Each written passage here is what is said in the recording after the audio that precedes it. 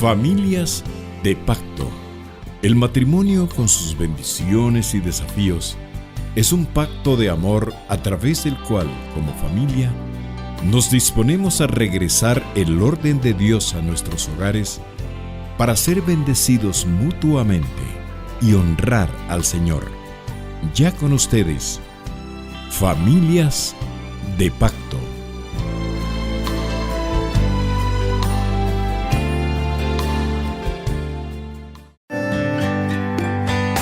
Bienvenidos al segmento Conexión Bíblica, un breve acercamiento a las Sagradas Escrituras para su mejor comprensión. Bienvenidos al Evangelio de Lucas, segunda parte y final. ¿Sabía usted que algunas veces se habla de Lucas como el primer himnólogo cristiano? Pues en sus primeros capítulos aparecen versos que dieron lugar a clásicos cantos cristianos como el canto de María, el canto de Zacarías, el canto de Simeón y Gloria a Dios en las alturas. Estas composiciones líricas son muestra de la estructura, el vocabulario y el estilo del relato de Lucas, por lo cual es reconocido como el de mayor valor literario entre los evangelios. Algunas de las parábolas que solamente Lucas preservó se cuentan entre las más amadas historias del mundo: el buen samaritano y el hijo pródigo. Lucas es considerado el evangelio de las mujeres, pues en Palestina, como lo era en todo el mundo de la antigüedad, la mujer ocupaba un lugar bajo. Pero el Evangelio de Lucas es notable por la atención que le da a la mujer.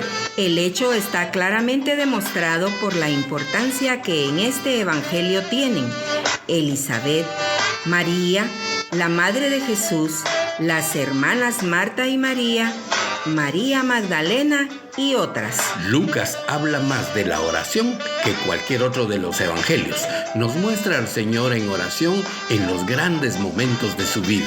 Solo Lucas nos proporciona las parábolas relacionadas con la oración: el amigo a medianoche, el juez injusto y el fariseo y el publicano. El Evangelio de Lucas fue escrito particularmente para los gentiles, es decir, cristianos que no eran judíos. Esto está demostrado con los siguientes hechos: que está dirigido a un gentil, Teófilo, que son evitados los términos judíos, o a cambio Lucas utiliza sus equivalentes en griego. Rara vez cita el Antiguo Testamento y además comienza con la fecha del emperador romano. Lucas nos presenta a Jesús como el Salvador universal. En las parábolas El buen samaritano, el hijo pródigo y el fariseo y el publicano, Lucas nos muestra gran interés por los oprimidos y los desechados. Es todo por hoy, amigos. Los esperamos en su próxima Conexión Bíblica. Bendiciones, hermanos. Buenos días. Muy buenos días. Agradecidos con el Señor por un día más que nos da en Familias de Pacto. Así que estamos contentos de un sábado más arrancando este año y viendo la misericordia de Dios. Mi nombre es Sergio Argueta y está mi esposa Cori de Argueta, y pues agradecidos con el Señor y con el favor de su sintonía. Pues hoy queremos compartir un tema que se llama Volviendo al gozo de nuestra salvación. Amén. Así es, hermanos. Entonces, con la ayuda del Señor, pues arrancamos, ¿verdad? Y es un tema que creo que va a ser muy importante. Para ello quiero que nos acompañe al libro de Hechos, capítulo 1, versículo 3, donde el Señor Jesús está hablando con sus discípulos. Él se presenta con ellos resucitado y le dice, le da instrucciones de esta manera: a estos también, después de su padecimiento, se presentó vivo con muchas pruebas convincentes, apareciéndoseles durante 40 días y hablándoles de lo concerniente al reino de Dios. Y reuniéndolos, les mandó que no salieran de Jerusalén, sino que esperaran la promesa del Padre, la cual les dijo: oísteis de mí. Pues Juan bautizó con agua, pero vosotros seréis bautizados con el Espíritu Santo dentro de pocos días. Entonces, aquí dice dentro de pocos días, porque 40 días había estado el Señor apareciéndoseles y resucitado, y acababa de ser la crucifixión en la fiesta de la Pascua. Entonces venía otra fiesta, que era la fiesta de Pentecostés, que esa se celebra a los 50 días de la fiesta de la Pascua. Y ya llevaban 40 días hablando del Señor resucitado, entonces ya quedaban poquitos días para esa fecha. Entonces, ahora vamos a leer Hechos 2:1. 2:1. Cuando llegó el día de Pentecostés, estaban todos juntos en un mismo lugar. De repente vino del cielo un ruido como de una ráfaga de viento impetuoso que llenó toda la casa donde estaban sentados, y se le aparecieron lenguas como de fuego que, repartiéndose, se posaron sobre cada uno de ellos. Todos fueron llenos del Espíritu Santo y comenzaron a hablar en otras lenguas, según el Espíritu les daba habilidad para expresarse. Bien, entonces en esa fiesta de Pentecostés, el Señor envía al Espíritu Santo para llenar la iglesia. Dice, y todos fueron llenos, dice, del Espíritu Santo. Empezaba una nueva era, una nueva etapa en la iglesia, donde se iba no solo a anunciar el Evangelio con autoridad, con poder, con señales y prodigios, porque son importantes las señales y los milagros y las maravillas que vienen a acompañar a la palabra. Y de ahí en adelante se iba a manifestar un caminar, el ministerio del Espíritu Santo para fortalecer la iglesia, para consolidarla, para levantarla. Y Dios iba a dar muchas instrucciones, el Señor, a través del Espíritu Santo, usando a apóstoles. Por eso vemos las cartas, apóstoles del Cordero y apóstoles del Espíritu, como Pablo. En fin, venía toda una era del Espíritu para la iglesia, en una sobrenaturalidad que hoy día necesita la iglesia. Pero bien, sabemos que no siempre estamos llenos del Espíritu. A veces el corazón es engañoso, dice la palabra, y permitimos muchas circunstancias. Pero de eso vamos a ir hablando poco a poco, que nos quitan el gozo de la salvación, que nos quitan la alegría, el gozo que está representado en el vino, todo lo que da el Espíritu Santo cuando viene sobre nosotros. Bueno, vamos a explicar un poquito ahora acerca de la fiesta de Pentecostés. Y la fiesta de Pentecostés era una fiesta que se celebraba a los 50 días, como explicábamos, después de la celebrada la Pascua. La Pascua señala la muerte de nuestro Señor Jesucristo y su resurrección, ¿verdad? Después venía la fiesta de los panes sin levadura, que es seguidita, y luego pues la fiesta de Pentecostés, que en hebreo se dice Shavuot, pues significa también la fiesta de los primeros frutos, la fiesta de las semanas, le llaman también la fecha de las cosechas. Tiene que ver mucho con la siembra, y por eso la venida del Espíritu Santo sobre la iglesia, sobre tu vida, sobre mi vida, señala una vida que da frutos, porque era la fiesta de las cosechas, donde se presentan los frutos al Señor. No podemos dar frutos de nosotros mismos si no es por la visitación de Dios a nuestra vida. Entonces, no solo viene con poder para que demos fruto nosotros, sino viene para que se desarrollen en nosotros dones del Espíritu. Todo lo que el Señor quiere hacer en nosotros. Entonces, pues en esa fiesta vino. Bueno, pero vemos que todo esto fue anunciado antes en el Antiguo Testamento por medio del profeta Joel. Y vamos a ver en Joel 1:4 se narra, del 1 al 4 se narra lo que era esa fiesta. Pero antes, Cori, en Hechos 2, yo te cambié ahí. Sí. Hechos 2 vamos a mencionar la profecía de Joel. Hechos 2:14, porque es lo que dice el apóstol Pedro, ¿verdad? Aquí está.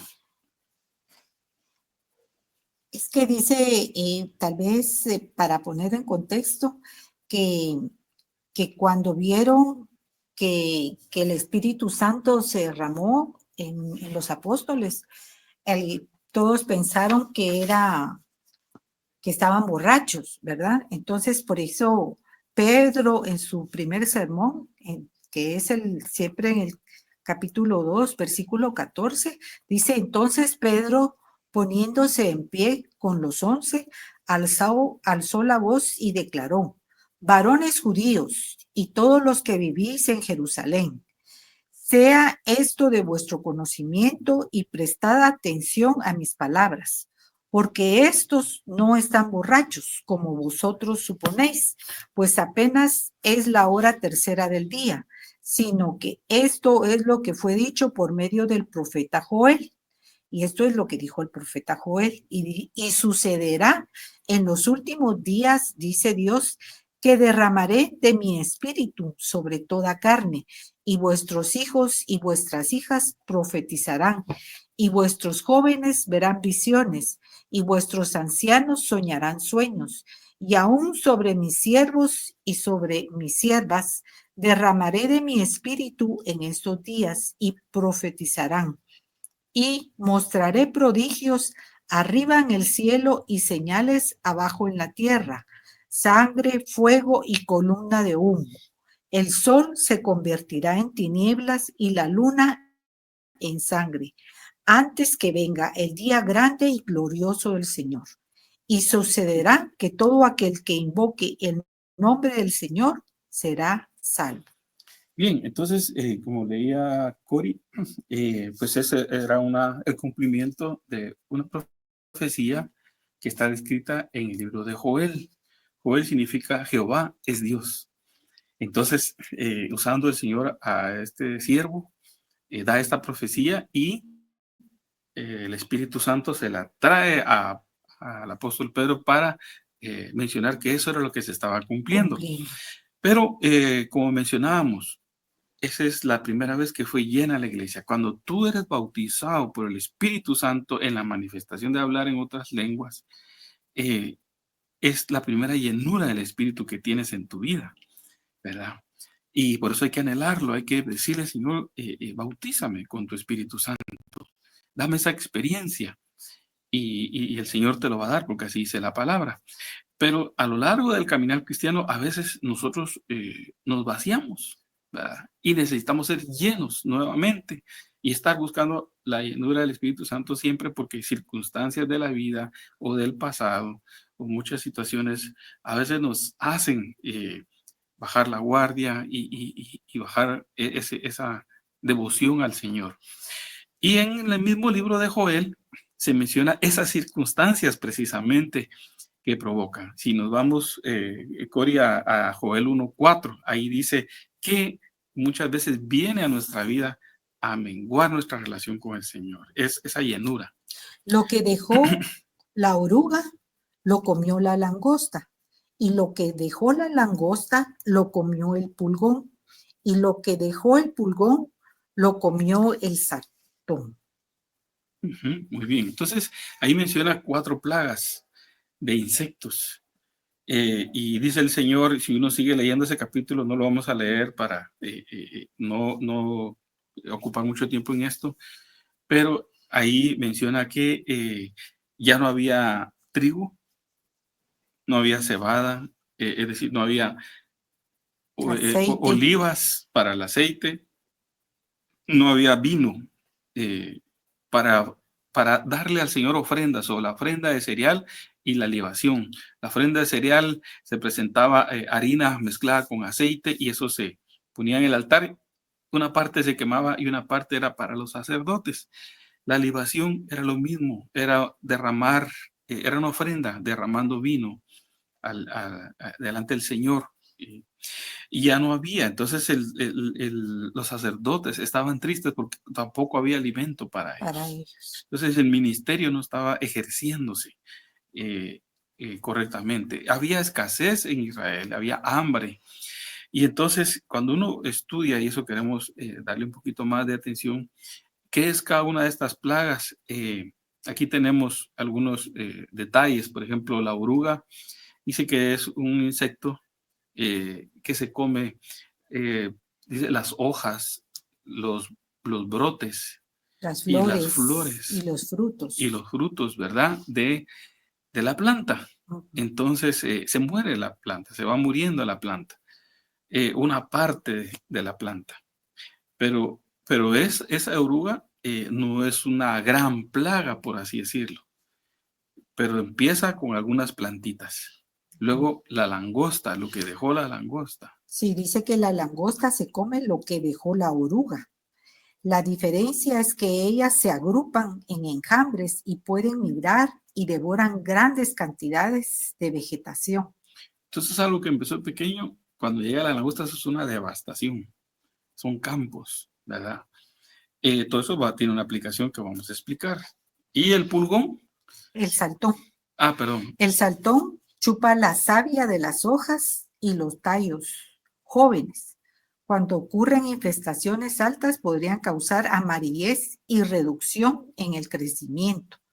También la alimentación y deposición de huevos debajo de la corteza de las ramas puede causar la caída de las hojas y la muerte de los renuevos. Ok.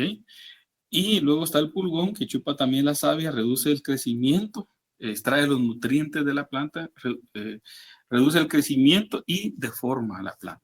Entonces, miren, explicando un poquito, hermanos, el sentido espiritual de esto, la oruga son aquellas áreas que empieza como de repente como un juego o de repente empieza como algo. Son las pequeñas zorras. Pequeñas zorras, exacto, que nos van alejando del Señor. Le damos rienda suelta a cierto gusto de la carne y así empieza. Pero después, cuando ya eso se consuma, hermanos, es como que entrar a la langosta. Y entonces ya viene la devastación, por ejemplo, en un hogar donde hay infidelidad, ya eso se desató.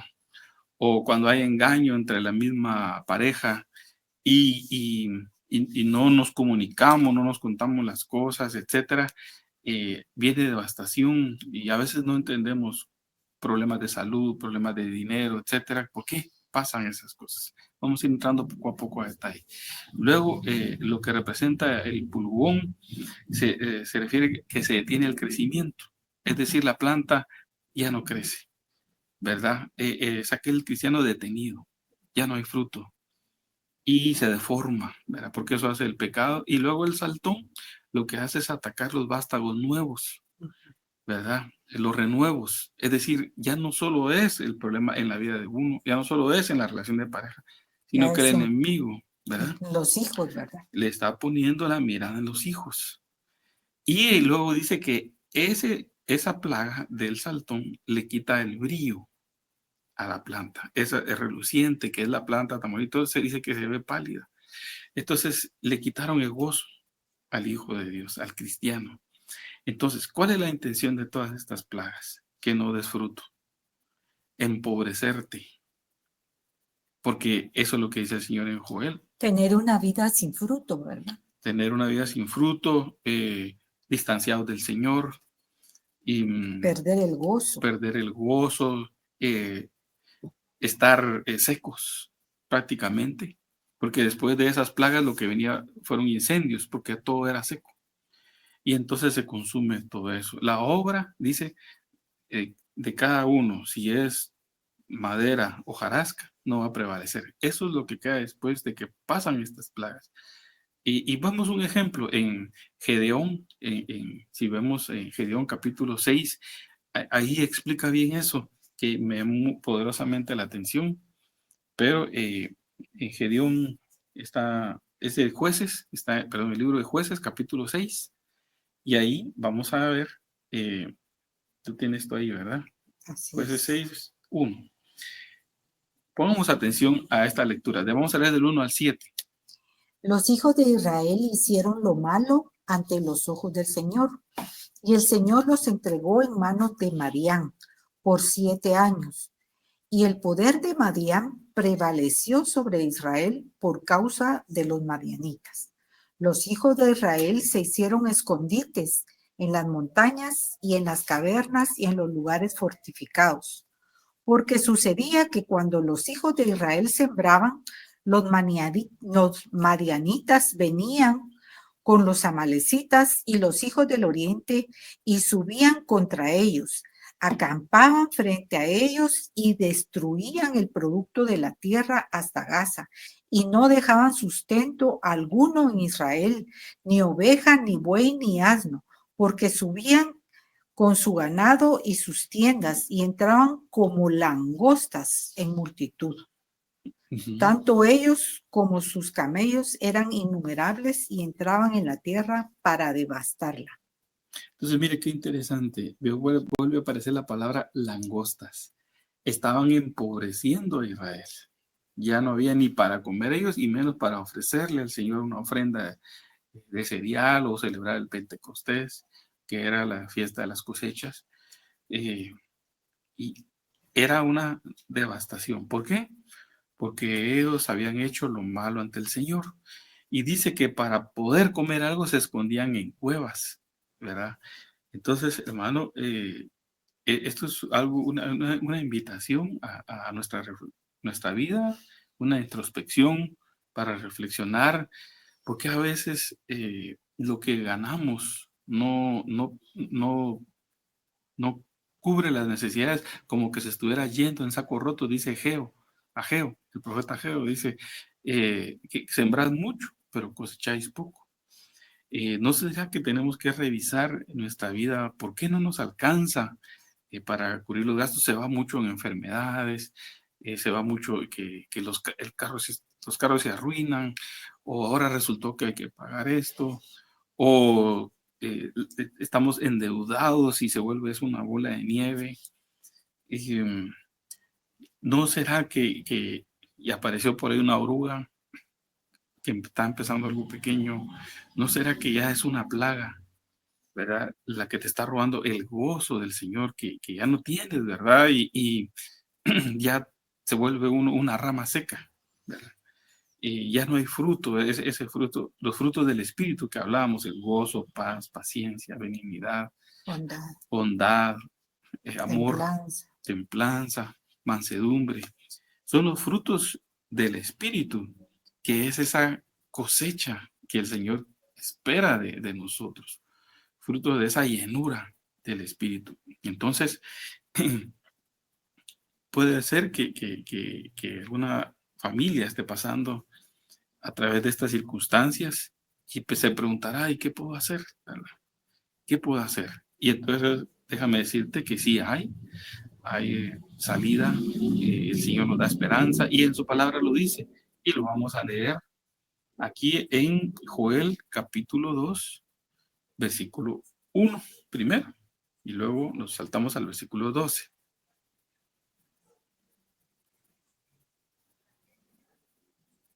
Dos, uno. Ahí leamos solo el 1. Tocad trompeta en Sión y sonada alarma en mi santo monte. Tiemblen todos los habitantes de la tierra, porque viene el día del Señor, porque está cercano. Sí, entonces tocar la trompeta es una alarma. Las trompetas se sonaban para convocar al pueblo para unirlo, pero también para advertir de peligros, del enemigo. En fin, los siervos de Dios son trompetas que nos están llevando una alerta del Señor, que el día del Señor se acerca. Pero mira lo que dice el 12, el versículo 12 es, ¿verdad? Sí. Aún ahora, declara el Señor, volved a mí de todo corazón, con ayuno, llanto y lamento. Rascad vuestro corazón y no vuestros vestidos. Volved ahora al Señor vuestro Dios, porque Él es compasivo y clemente, lento para la ira y abundante en misericordia. Entonces, si vemos, hermanos, entonces el Señor nos está diciendo el camino para nuevamente volver a fructificar.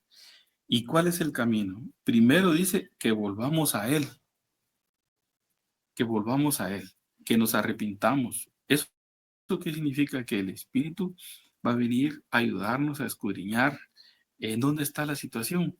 Y quiero aclarar algo, no quiero decir que toda enfermedad que venga es un juicio, y por eso hay escasez, no, pero me refiero a esa constante que pasa muchas veces de que aparece de un lado, luego aparece en otro, aparece en otras circunstancias y no hay modo, el dinero se va como agua. ¿No será que hay algo ilícito en el campamento? Ilícito me refiero a todas esas cosas que platicábamos anteriormente. Y en Gedeón, capítulo 6, versículo 7, en Jueces, perdón, capítulo 6, versículo 7, aquí lo tengo. Y cuando los hijos de Israel clamaron al Señor a causa de Madián, esa langosta que amaba Madián, que les estaba robando, el Señor envió a los hijos de Israel un profeta. Ahí está la trompeta. Es lo que yo les digo.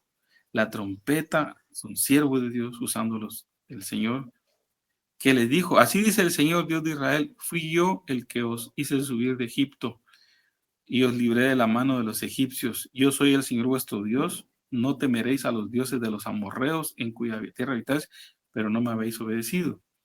Y entonces vino el ángel del Señor y se sentó debajo de la encina que estaba en Ofra, la cual pertenecía a Joás Abiersereíta, y su hijo Gedeón estaba sacudiendo el trigo en el lagar para esconderlo de los madianitas.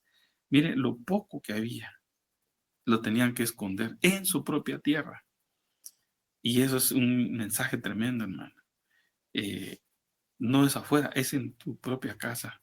Si no, tus ojos están yendo tras otras cosas que te estás alejando del Señor. Y entonces, entonces el ángel del Señor se le apareció y le dijo, el Señor está contigo, valiente guerrero. Lo voy a dejar ahí para luego seguir. Entonces, aquí vemos que el Señor habla al pueblo de Israel, que lo quiere bendecir, pero primero es ese paso, el arrepentimiento. Con que ellos clamaron, Dios envió la trompeta. Aquí está hablando Joel, la trompeta advierte y uno se arrepiente. Uno tiene que venir al Señor. Y entonces, si uno se vuelve al Señor, que es volver a vivir la Pascua, es decir, arrepentirse al Señor y decir, Señor, perdóname, reconozco esto, por eso mi casa está devastada, no hay buena relación en la familia, no hay buena relación con los hijos o con los padres o en el trabajo, o muchas cosas. No estoy diciendo que todo es pecado, hermano, puede haber cosas ilícitas en tu corazón de las cuales el Señor nos las viene pidiendo, pero te ha quitado el gozo de tu salvación. Te ha quitado el fruto de la ofrenda que puedas traer al Señor, que es una vida agradable para Él. Entonces, vemos en una comparación en Joel, capítulo 2, versículo 19. 19. El Señor responderá y dirá a su pueblo, he aquí, yo os enviaré grano, mosto y aceite, y os saciaré de ello, y nunca más os entregaré al oprobio entre las naciones. Qué tremendo, mi hermano. Hay una promesa. Después de ese arrepentimiento, viene nuevamente la visitación del Espíritu, la llenura, y luego dice el siguiente versículo, ¿verdad? Perdón, es el 23, 23, perdón. Sí. No temáis, no. Hijos de Sión, regocijaos y alegraos en el Señor vuestro Dios, porque Él os ha dado la lluvia temprana para vuestra vindicación y ha hecho descender para vosotros la lluvia temprana y la tardía como en el principio. Sí, entonces esa es la promesa del Señor. Cuando nosotros vemos y escudriñamos nuestra vida, ¿qué situaciones hay muchas veces? Queremos dar un par de ejemplos en David de las circunstancias que a veces nos hacen estar secos y no fructificar. ¿Cuál tienes tú, Cori? Está en el Salmo 51, ¿verdad? Él, después de que había pecado con Betsabé, el profeta Natán llega a visitarlo. Esa es la trompeta. Ajá, y entonces él se arrepiente y dice, restituye el gozo de tu salvación y sosténme como con un espíritu de poder. Eso es otra vez, vele a pedir al Señor, Señor, lléname. Tal vez ya fuiste bautizado en el Espíritu Santo, pero has perdido la llenura del Espíritu. Y por esas circunstancias, la vida es un ejemplo. Puede ser que tu experiencia sea otra, etcétera, pero el gozo ya no estaba. A eso voy. Ya no disfrutabas, ya no disfruta uno el servicio, la alabanza, esa adoración, esa paz o esa armonía en casa. Es como que se ha perdido, ¿verdad? Cuando uno ya tiene una vida seca. Y entonces David dice, después de que se arrepintió, porque cuando uno lee el Salmo 51 es precioso, habla de un corazón contrito y humillado, tú no lo despreciarás, le dice al Señor, en pecado me concibió de madre, y así empieza él a arrepentirse, lávame, límpiame con hisopo, pero luego le dice, devuélveme el gozo de tu salvación, porque David recibía esas visitaciones del Espíritu, porque el Espíritu no había, todavía no se había quedado en la vida de alguien, como ahora está en la iglesia. Eso es un ejemplo. Otro ejemplo, Cori, que tenemos. Otro ejemplo lo tenemos en el segundo libro de Samuel, en el capítulo 21, del versículo 1 al 14. Dice que en los días de David hubo hambre por 3 años consecutivos. Y David buscó la presencia del Señor y el Señor le dijo, es por causa de Saúl y de su casa sangrienta, porque él dio muerte a los gabaonitas. Entonces David envía a llamar a los gabaonitas y ellos pidieron a 7 hombres de la casa de Saúl, ¿verdad?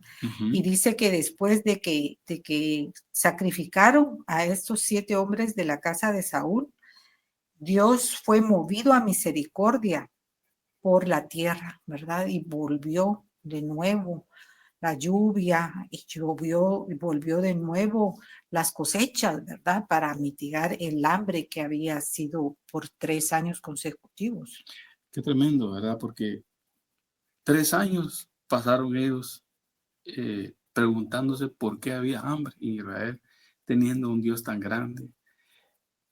Aparentemente el pueblo estaba agradando a Dios, pero David hizo lo que cada uno de nosotros tenemos que hacer cuando vemos esas circunstancias que abaten nuestras casas, esas circunstancias que abaten nuestra relación con el Señor y sabemos que no tenemos el gozo de su presencia, que hay algo ahí, hermanos. Entonces el Señor le dice a David, cuando él se acerca al Señor, le dice, es por causa de los gabaonitas.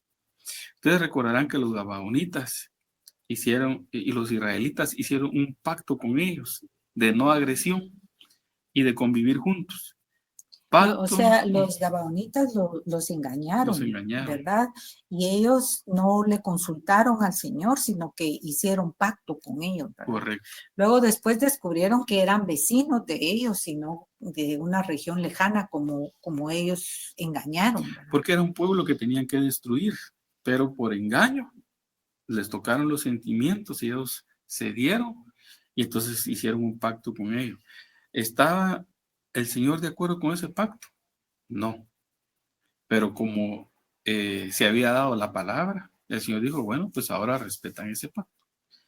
Imagínense, eso fue cuando estaban ellos en esa conquista en la tierra prometida, muchos años después, pero muchos años después.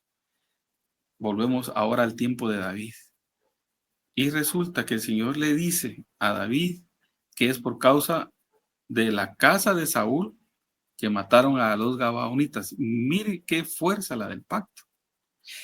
Si Dios mostró que el hambre que había en Israel, que la falta de frutos que había en Israel, la falta de alimento que había en Israel, era por un pacto que se había violado de hombres.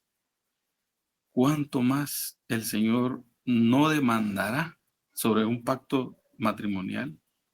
¿Cuánto más no demandará el Señor sobre el pacto que hicimos con Él y Él con nosotros, el nuevo pacto?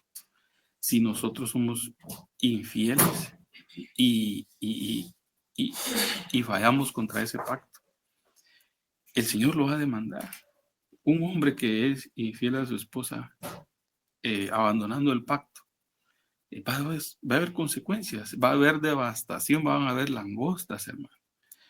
O una mujer, sea un hombre o una mujer, que abandone el pacto por infidelidad, por adulterio, etcétera, no se dimensiona, hermano. Y ya explicamos qué hace cada una de esas plagas.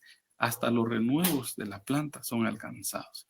Significa que los hijos van a padecer de las consecuencias. Pero ¿qué le dijo el Señor ahí? Bueno, hubo arrepentimiento y se enderezaron las cosas y hubo nuevamente lluvia. Eso es lo que el Señor quiere mandar nuevamente acá. Y vamos a ir ya viendo en Joel, sí, 2, 23 al 26. Joel 2, 23 al 26. Nos habías leído el 23, entonces ahora sigamos el 24 y 25.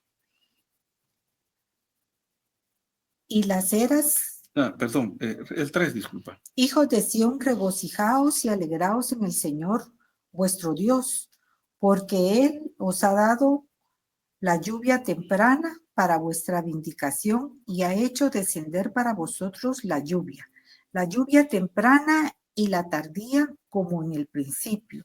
Y las eras se llenarán de granos y las tinajas rebosarán de mosto y de aceite virgen.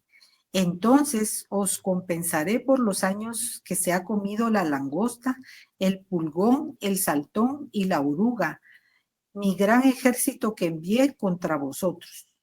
Tendréis mucho que comer y os saciaréis, y alabaréis el nombre del Señor vuestro Dios, que ha obrado maravillosamente con vosotros, y nunca jamás será avergonzado mi pueblo.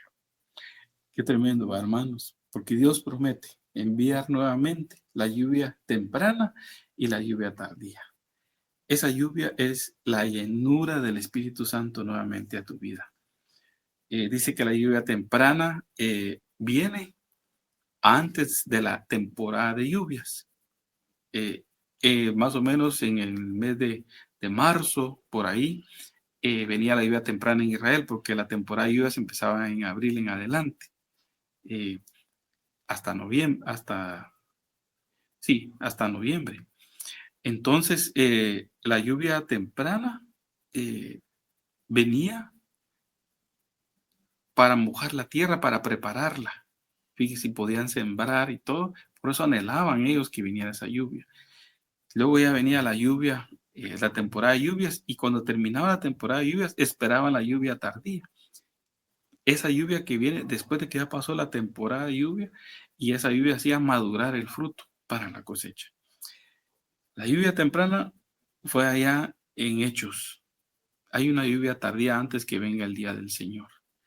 Es hoy, hermanos, el derramamiento del Espíritu Santo a tu vida, que te va a hacer recuperar todo lo que te han robado, y no me refiero a lo material, aunque puede ser, pero principalmente el gozo que te han quitado, la paz, cuando ha habido un arrepentimiento, un perdón y te vuelves al Señor. Entonces el Señor trae esa visitación nuevamente a tu vida. Así que disponte nada más para que esa lluvia que viene, después de que esa lluvia temprana y esa lluvia tardía que vienen a mojar tu tierra, es para que vuelvas otra vez a ser fructífero y puedas ser una ofrenda para el Señor. Una ofrenda que son los frutos que Dios espera en tu vida. Entonces, para ir terminando, vamos a leer Joel 3, 9 y 10.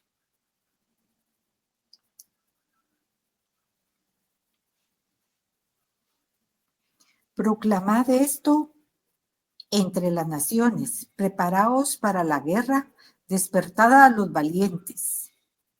Forjad espadas de vuestras rejas y de arado, y lanzad de vuestras podaderas, diga el débil, fuerte soy. Tremendo, hermanos. Porque eso mismo le pasó a Gedeón. Cuando llega el profeta, llega el Señor, y le habla a Gedeón y le dice, se le apareció y le dijo, el Señor está contigo, valiente guerrero. Y esa palabra que leímos de Joel decía, despertad valientes, dice, y diga al débil, fuerte soy. Hermano, y empuñar la espada y disponerse para la guerra. Tenemos que seguir peleando la buena batalla de la fe contra esas potestades, esas opresiones o tentaciones, porque el Espíritu Santo quiere llenarte nuevamente en tu vida, quiere darte nuevamente esa autoridad, el gozo, el gozo también de su salvación, para llevar una vida que va creciendo, que va dando fruto para que otros también lo vean. ¿Qué frutos? Si tú tenías un carácter indomable, pues que ahora te digan, de veras que sí, ¿verdad? Ahora él es paciente, ¿verdad? No que antes la ira te llevaba a venganza y te quitaba el sueño maquinando. Todo eso, el Señor ahora lo revierte, enviando su lluvia tardía. Entonces, concluimos, hermanos, con Romanos 14, 17, que dice ahí, ¿qué es el reino de Dios?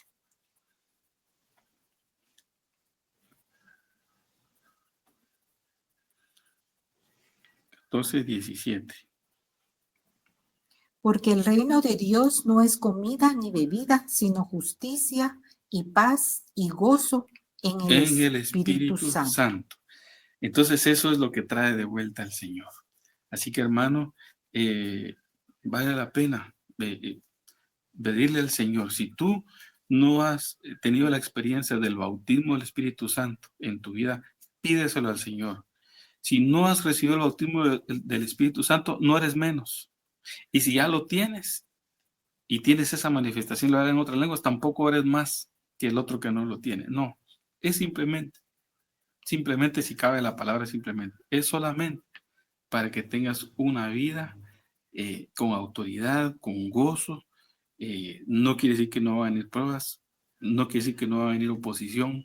Precisamente por eso vino el Espíritu Santo, para poder ser tu vencedor, porque a esos son los que se lleva el Señor. Dice, antes que venga el día del Señor.